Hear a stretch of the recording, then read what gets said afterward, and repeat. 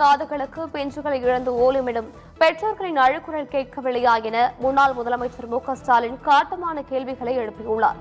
இதுகுறித்த விவரங்களை எமது முதன்மை செய்தியாளர் பிரவீன்குமார் வழங்க கேட்கலாம். வணக்கம் பிரவீன்குமார், விரிவான விவரங்களை வழங்கலாம்.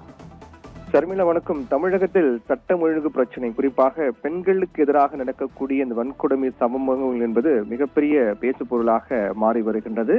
அதை குறிப்பிட்டு முன்னாள் முதலமைச்சரும் திமுக தலைவருமான மு.க.ஸ்டாலின் தன்னுடைய எக்ஸ் பக்கத்தில் ஒரு கருத்து ஒன்றை பதிவிட்டிருக்கிறார். அந்த பதிவில் திறமையான அதிகாரிகளை நியமித்து விட்டேன், சிங்கப்பெண் படையை அமைத்து விட்டேன் என்று சீரிய முதலமைச்சருடைய காதுகளுக்கு இந்த செய்திகளை பார்த்த பிறகாவது பெஞ்சுகளை இழந்து ஓலமிடக்கூடிய பெற்றோர்களின் அழுகுரல் கேட்கவில்லையா என்ற கேள்வியை முன்வைத்திருக்கிறார்.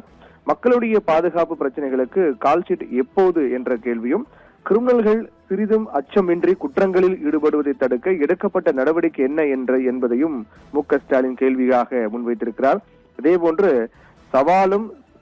சவடாலும் விட்டவர் எப்போது சைலண்ட் மோடிலிருந்து வெளியே வருவார் என்று மு.க.ஸ்டாலின் கேள்வி முன்வைத்திருக்கிறார். அதன் தொடர்ச்சியாக மக்களுடைய உயிரும் குழந்தைகளுடைய பாதுகாப்பும் கேள்விக்குறியாக இருக்கும் நிலையிலும் நான் 6 மாதம் எதுவும் கேட்க கூடாது என்று நினைக்கிறீர்களா என்பதையும் மு.க.ஸ்டாலின் கேள்வியாக முன்வைத்து